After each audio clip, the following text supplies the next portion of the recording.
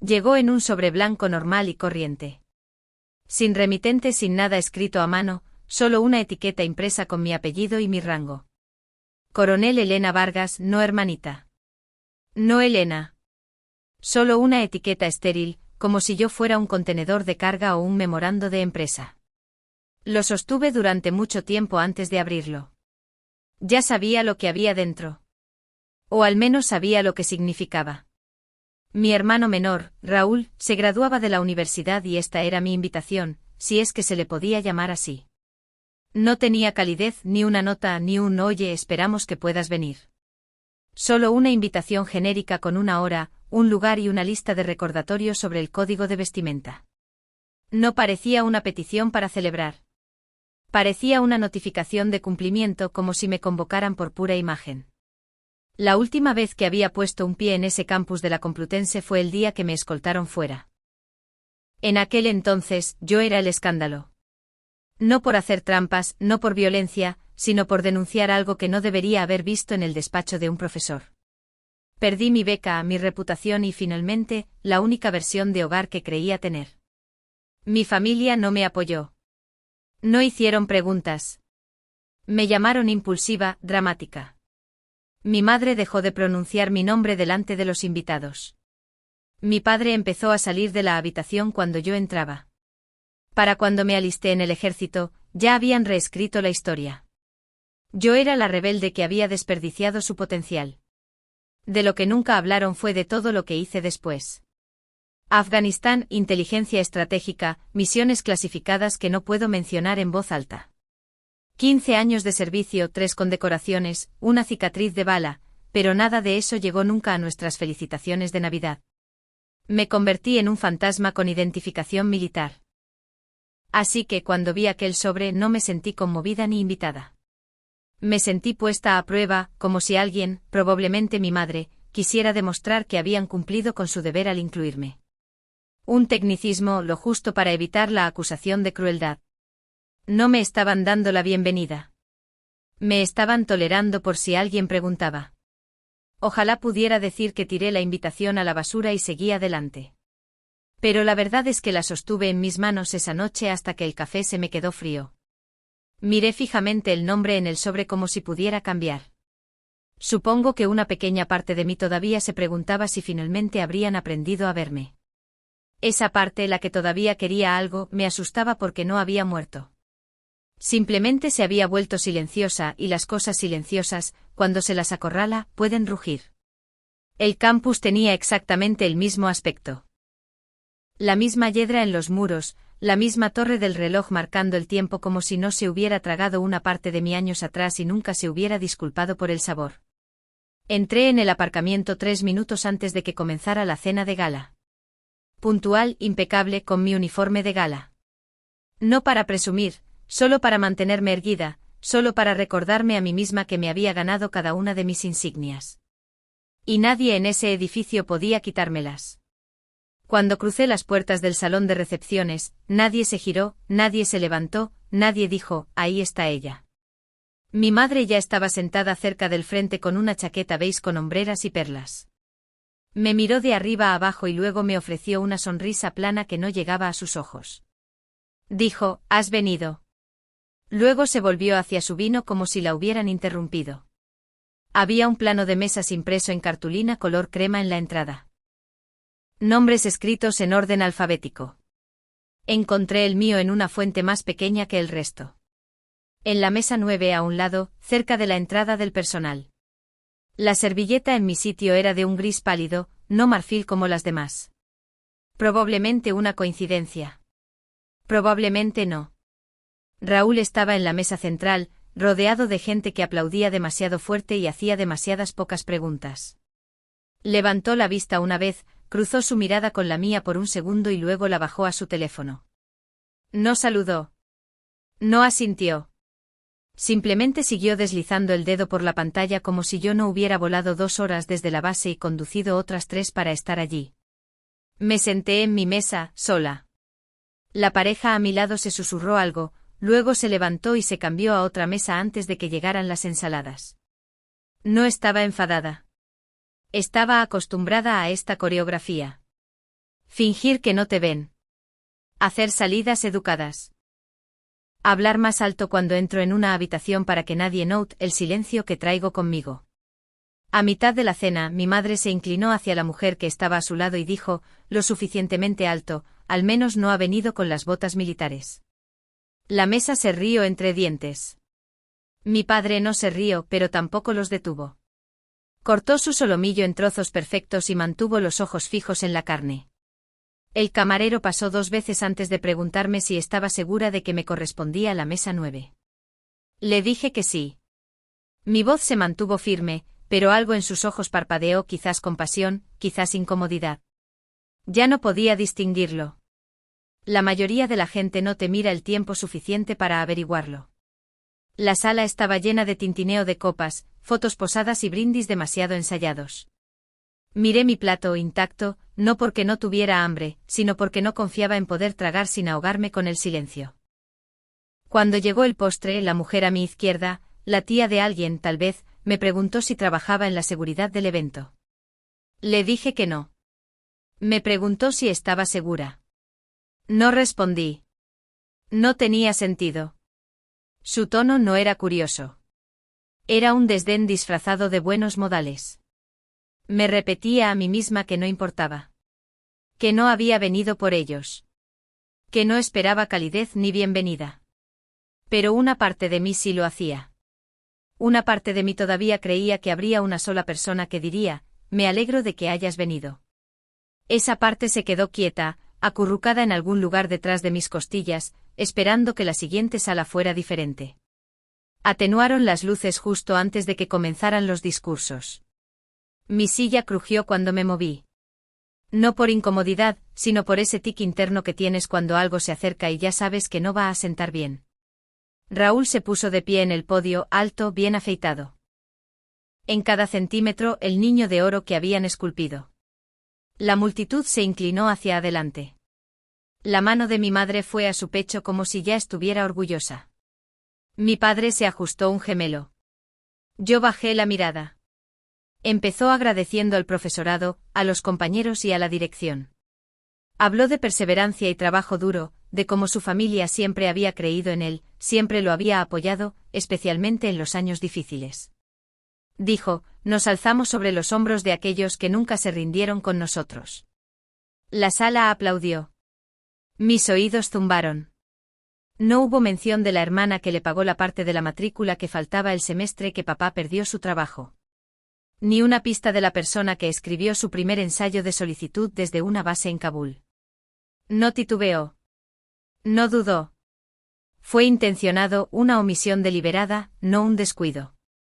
Sentí que mi respiración cambiaba, volviéndose un poco más superficial. Doblé mi servilleta lentamente con precisión, y la coloqué sobre la mesa. Me levanté sin llamar la atención. Una salida silenciosa para una presencia silenciosa. Estaba a mitad de camino hacia la puerta lateral cuando oí pasos detrás de mí. Coronel Vargas, dijo una voz baja y respetuosa. Me giré esperando otra pregunta incómoda o un reconocimiento fuera de lugar. En cambio vi al decano Torres, el mismo hombre que había firmado mi expulsión académica 15 años atrás. Parecía mayor, más delgado, pero su voz conservaba el mismo peso sereno. Dijo que no me había olvidado, que había seguido mi carrera a distancia, que había visto los informes, las fotos. Hizo una pausa y luego me preguntó si podía quedarme.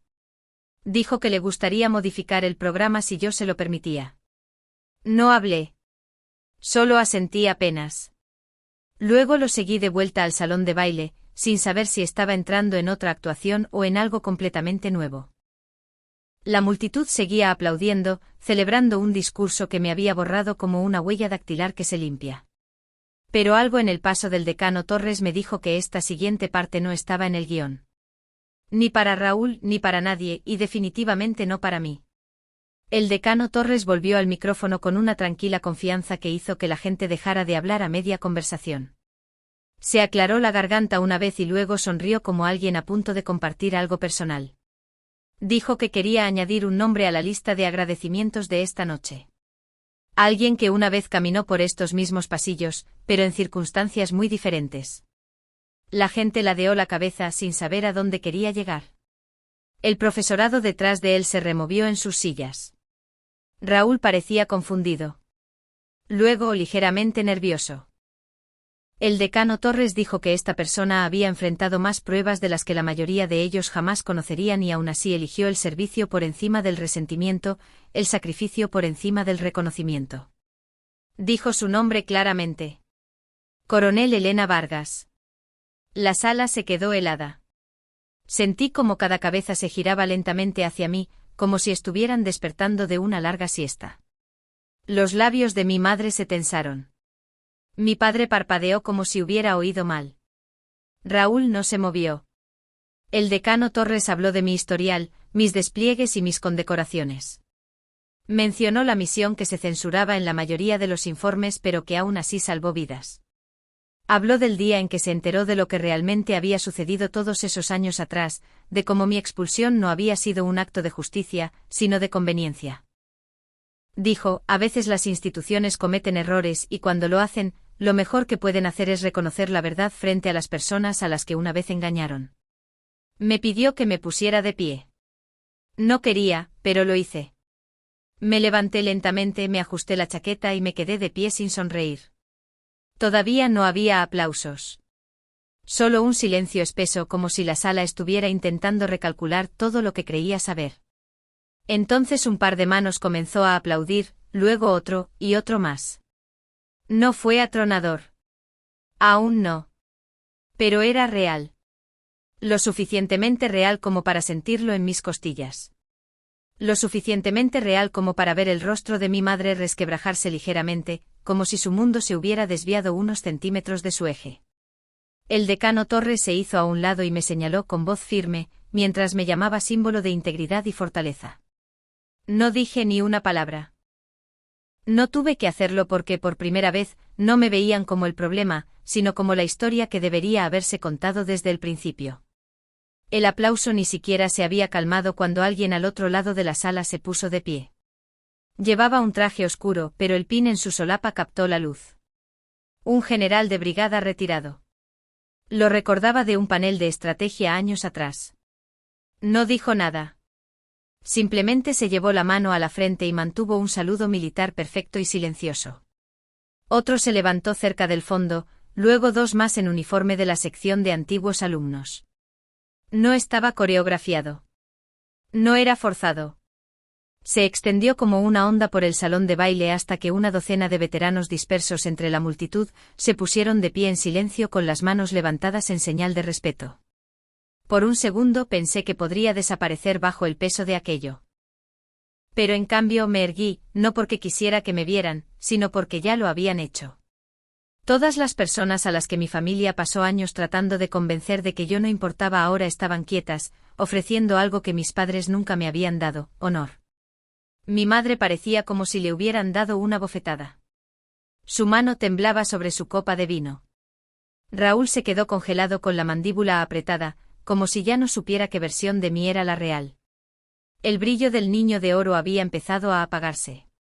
El foco de atención se había desplazado sin permiso. No lloré. No sonreí. Simplemente asentí una vez hacia los saludos. Mi mano descansaba suavemente a mi lado. No los devolví. No por orgullo, sino porque a veces el reconocimiento se acepta mejor en la quietud. El poder no estaba en el gesto. Estaba en el silencio que siguió. Ese silencio se tragó toda la sala. No era incómodo. Era pesado. El tipo de silencio que solo cae cuando se ha dicho algo verdadero y nadie se atreve a contradecirlo. El decano Torres se hizo a un lado. El siguiente orador, alguien de asuntos estudiantiles, balbuceó algunas frases, pero nada caló. El momento había pasado. La sala ya no era suya. Regresé a mi asiento en la mesa 9, pero esta vez nadie apartó la mirada. La pareja que se había mudado antes ahora estaba sentada frente a mí con los ojos bajos. La camarera colocó una servilleta limpia delante de mí. Esta vez de color marfil. No dijo ni una palabra, solo hizo un pequeño gesto de asentimiento antes de retirarse. No me sentí triunfante. Me sentí quieta, como si algo que había estado retorcido durante demasiado tiempo finalmente se hubiera deshecho. Esto no iba de venganza. Iba de liberación. Y por primera vez en mucho tiempo, no sentí que tuviera que explicar quién era yo. Finalmente lo sabían. Raúl me encontró en el pasillo fuera del salón de baile, cerca de una foto enmarcada del decano fundador. Tenía las manos metidas en los bolsillos, la corbata floja, los ojos mirando a todas partes menos a los míos. Murmuró algo que sonó como una disculpa. Dijo que no esperaba que las cosas fueran así. Dijo que no lo sabía. Asentí, pero no en señal de acuerdo, solo de acuse de recibo. Le dije que saber no es lo mismo que elegir. Dijo que siempre me había admirado, pero que había sido difícil con cómo habían sido las cosas. Dejé que el silencio se alargara. Esperó una reacción. Le di honestidad en su lugar. Le dije que ya no estaba enfadada. Ese barco había zarpado hacía años, cargado con todo lo que solía esperar de él.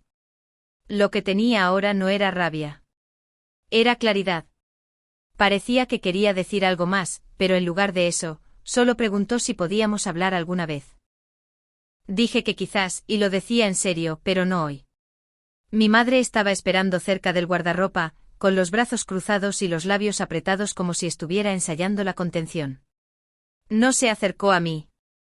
Solo dijo que había avergonzado a la familia al convertir la velada en algo sobre mí. Le pregunté si alguna vez había considerado que el silencio me había avergonzado a mí primero. Dijo que estaba tratando de proteger las apariencias. Le dije que dejé de preocuparme por las apariencias el día que ella dejó de llamarme. Me preguntó si al menos podía decir algo públicamente para aclarar que la universidad había hecho las paces. Le dije que prefería que la gente se quedara con su incomodidad. Enseña más que las declaraciones cuidadosamente redactadas. Luego le entregué una carta que había escrito 2 semanas antes del evento. No era cruel, solo honesta. Escribí que no venía para ser aceptada. Venía para recordarme a mí misma que existía con o sin su reconocimiento. Le dije que la perdonaba. Pero el perdón no significaba volver a la versión de mí que solía mendigar migajas de amabilidad. Significaba marcharme sin arrastrar mi dolor detrás de mí como un estandarte. No dijo mucho después de eso, solo se quedó mirando el sobre como si pudiera incendiarse en sus manos. Cogí mi abrigo, salí y dejé que el aire fresco me diera en la cara como un reinicio. En los meses siguientes empecé un programa para mujeres veteranas en su transición a la vida civil. No una gran fundación, solo un círculo. Historias compartidas con un café. Recursos intercambiados como salvavidas. Se sentía más real que cualquier premio que hubiera recibido. Algunas de las mujeres me contaron que sus familias también les habían dado la espalda. Les dije la verdad. Que duele, sí, pero que sanar no siempre significa volver. A veces significa construir algo hacia adelante. Aquella noche en la graduación no arregló nada, pero lo cambió todo. Porque por una vez no tuve que demostrar mi valía a nadie. Me vieron y, lo que es más importante, yo también me vi a mí misma. Quizás esta historia te ha recordado a alguien. O quizás te ha recordado a una versión de ti que se sentaba en silencio mientras la gente que querías miraba a través de ti. Si es así, quiero que sepas algo. No eres la única persona que ha sido excluida de la lista o tratada como un fantasma en su propia familia. Sé lo que se siente al entrar en una habitación y preguntarse si tu presencia es una molestia. Sé cómo el silencio puede sonar más fuerte que cualquier insulto. Si alguna vez te has sentido borrado, aunque solo sea una vez, deja un punto en los comentarios o una sola palabra, cualquier palabra que me haga saber que estás aquí. Los leo todos. No tienes que explicarte.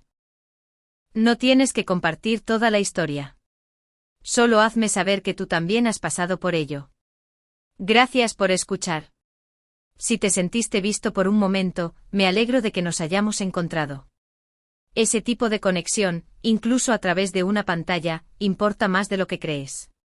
Quizás esta historia te ha recordado a alguien. O quizás te ha recordado a una versión de ti que se sentaba en silencio mientras la gente que querías miraba a través de ti. Si es así, quiero que sepas algo. No eres la única persona que ha sido excluida de la lista o tratada como un fantasma en su propia familia.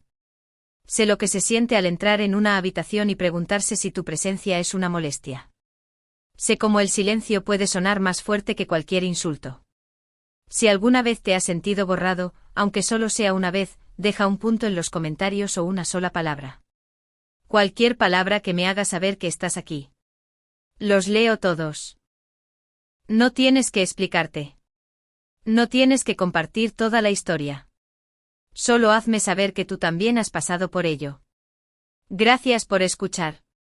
Si te sentiste visto por un momento, me alegro de que nos hayamos encontrado.